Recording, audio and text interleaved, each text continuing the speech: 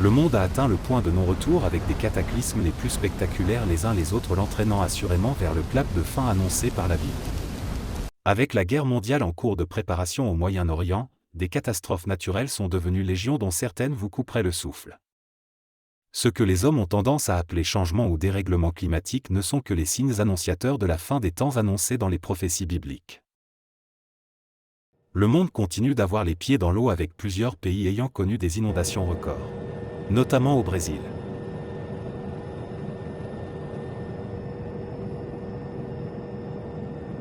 Mais aussi l'inondation qu'a connue Dubaï, une ville désertique, est fort évocateur.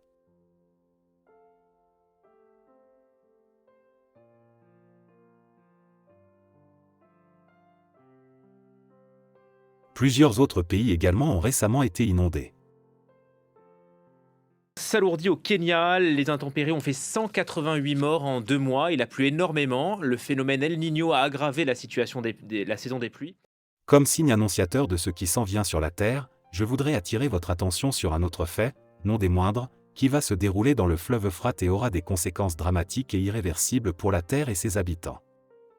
Avant cela, je voudrais vous demander, si vous êtes nouveau sur cette chaîne, d'aimer la vidéo pour plus de visibilité, de vous abonner à ma chaîne et d'activer la cloche de notification pour être au courant des dernières vidéos mises en ligne concernant la fin des temps et le retour prochain de Jésus-Christ.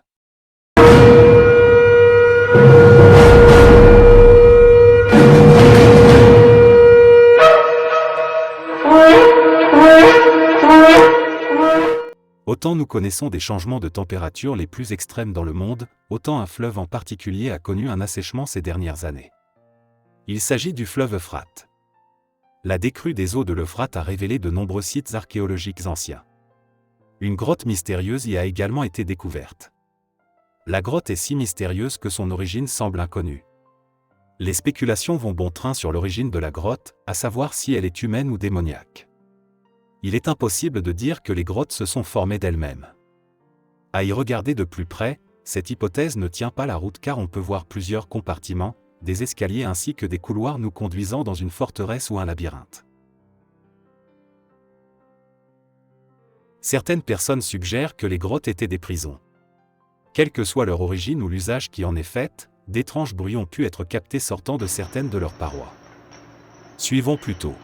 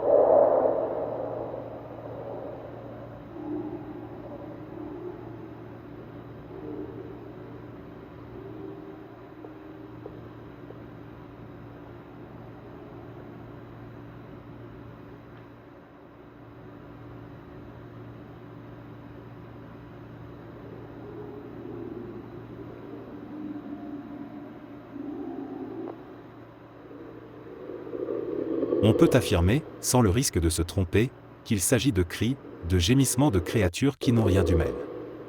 Si l'on se réfère à la Bible, l'on réalise qu'il est fait mention de quelques détails troublants sur le fleuve Euphrate.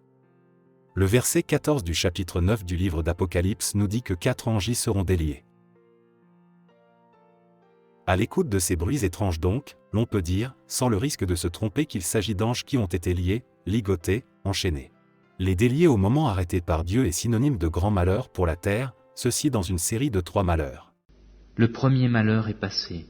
Voici, il vient encore 2 malheurs après cela. Le 6e ange sonna de la trompette. Et j'entendis une voix venant des 4 cornes de l'autel d'or qui est devant Dieu, et disant au 6e ange qui avait la trompette, « Délie les 4 anges qui sont liés sur le grand fleuve Euphrate. » Et les 4 anges qui étaient prêts pour l'heure, le jour, le mois et l'année, furent déliés afin qu'ils tuassent le tiers des hommes. Vous rendez-vous compte? Le tiers des hommes, femmes et enfants dans le monde seront tués lorsque les anges qui font ces bruits sous ces grottes seront déliés. Si à l'heure où je fais cette vidéo, la population mondiale est évaluée à un peu plus de 8 milliards d'habitants, il pourrait s'agir d'un peu plus de 2,7 milliards de personnes qui mourront sous l'action maléfique de ces anges. Les chevaux et leurs cavaliers se rapportent à des armées tirant des canons ou des obus à travers leurs chars d'assaut. Donc d'une guerre en perspective. Le verset 18 du chapitre 9 du livre de l'Apocalypse dit comment sera tué le tiers des hommes.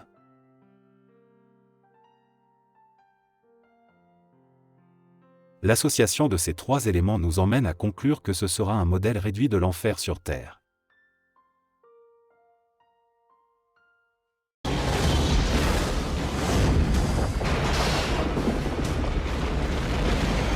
Pour ceux qui sont habitués à juger Dieu et à se demander pourquoi un tel Dieu permet autant de souffrances, je vous dirais que vous tenez la chose par le mauvais bout. Contre toute attente, ces 4 créatures représentent un groupe d'anges prêts à exprimer la colère de Dieu sur la terre. Ici il s'agit d'une partie de la colère de Dieu, avouons-le, car pendant les grandes tribulations, le livre d'Apocalypse nous parle de 7 sceaux, de cette trompette et des 7 coupes de la colère de Dieu qui s'abattra de manière incessante sur terre. Oui, la colère de Dieu s'abattra sur terre et les cris de ces anges enchaînés qui sont entendus dans cette partie du monde en ce moment sont la preuve de ce que la chose est certaine, qu'elle s'accomplira inévitablement. Est-ce une coïncidence que des cris d'anges soient entendus exactement au lieu où la Bible dit que des anges seront déchaînés pour frapper les hommes?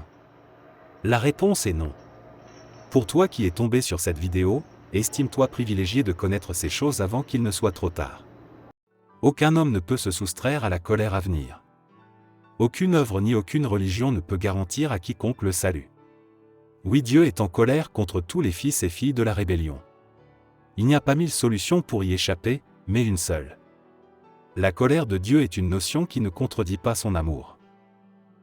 La Bible nous dit que Dieu a tant aimé le monde qu'il a envoyé son Fils unique afin que quiconque croit en lui ne périsse point mais qu'il ait la vie éternelle. La seule et unique façon d'avoir la vie éternelle et d'être ainsi à l'abri de la colère de Dieu, c'est de se tourner vers Jésus-Christ et de le reconnaître comme son Seigneur et Sauveur. Celui qui croit au Fils a la vie éternelle, celui qui ne croit pas au Fils ne verra point la vie, mais la colère de Dieu demeure sur lui. Son Fils, qu'il a ressuscité des morts, Jésus, qui nous délivre de la colère à venir. Parce que tu as gardé la parole de la persévérance en moi, je te garderai aussi à l'heure de la tentation qui va venir sur le monde entier, pour éprouver les habitants de la terre.